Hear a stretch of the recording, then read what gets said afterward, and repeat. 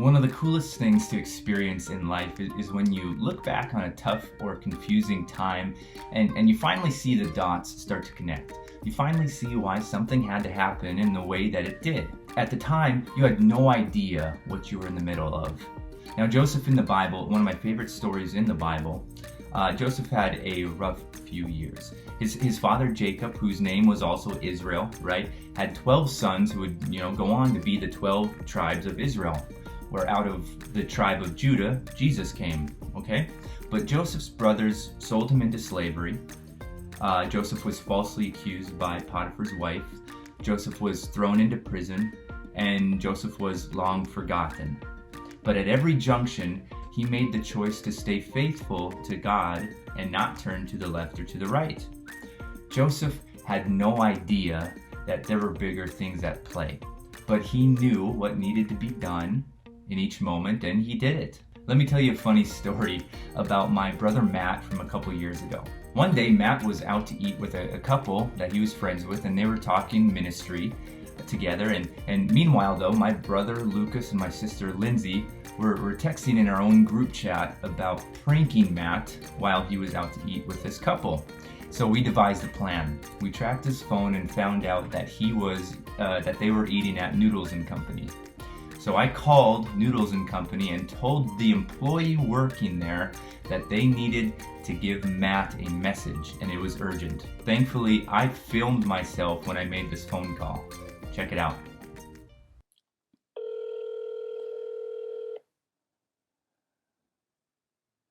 Noodles and Company More, how may I help you? Hi, I actually have a kind of a crazy request. My son Matt Offenkamp is actually there at that location, and he's just eating. But we've been trying to reach him and can't. His mom has actually gone into labor, so I was wondering if maybe you could go out into the lobby and just ask, is there a Matt Offenkamp here? And when he comes forward, just let him know that his mom actually went into labor. Okay. And then Right, okay. he'll know what to do from there. But it's kind of crazy, but it's yeah. So thank you so much. Yeah, no, yeah, I can do that. I can do that. All right, I'll see you later. Thanks. Yep.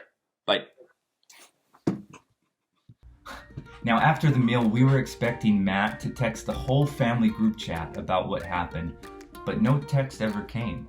We heard nothing. Days went by with no update. We were a little bummed. We were excited about this prank, but nothing seemed to come of it. We thought maybe it went bad, like maybe we embarrassed him in some way, which rarely happens, by the way, or maybe it went really well and he just didn't want to give us the satisfaction. Or maybe the employee chickened out and he never did what we asked him to do. Now, a couple months went by, and I think it was maybe some type of family get-together or something when Lucas finally asks Matt, did anything weird happen to you when you were out to eat with so-and-so? Matt thought about it for a second and then said, oh, yeah. And he began to tell us what happened. So during the meal, Matt had noticed that an employee was going from table to table to ask the patrons at that table a question.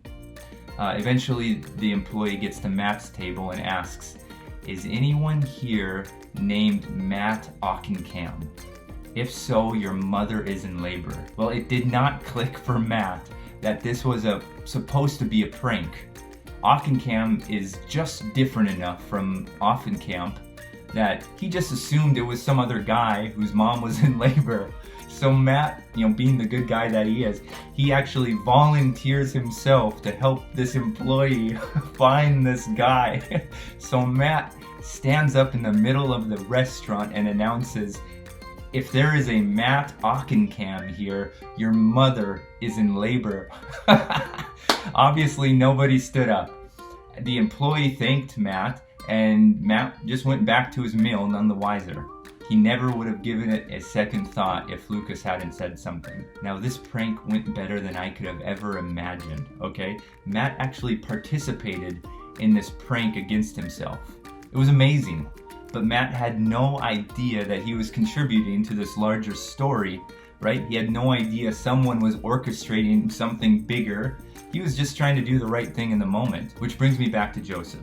All right. Eventually, Joseph is freed from this prison, and he's put in charge of all of Egypt. He's second in command of all of Egypt. Thanks to him interpreting one of Pharaoh's dreams and saving Egypt and the surrounding areas from a terrible, terrible 7-year famine.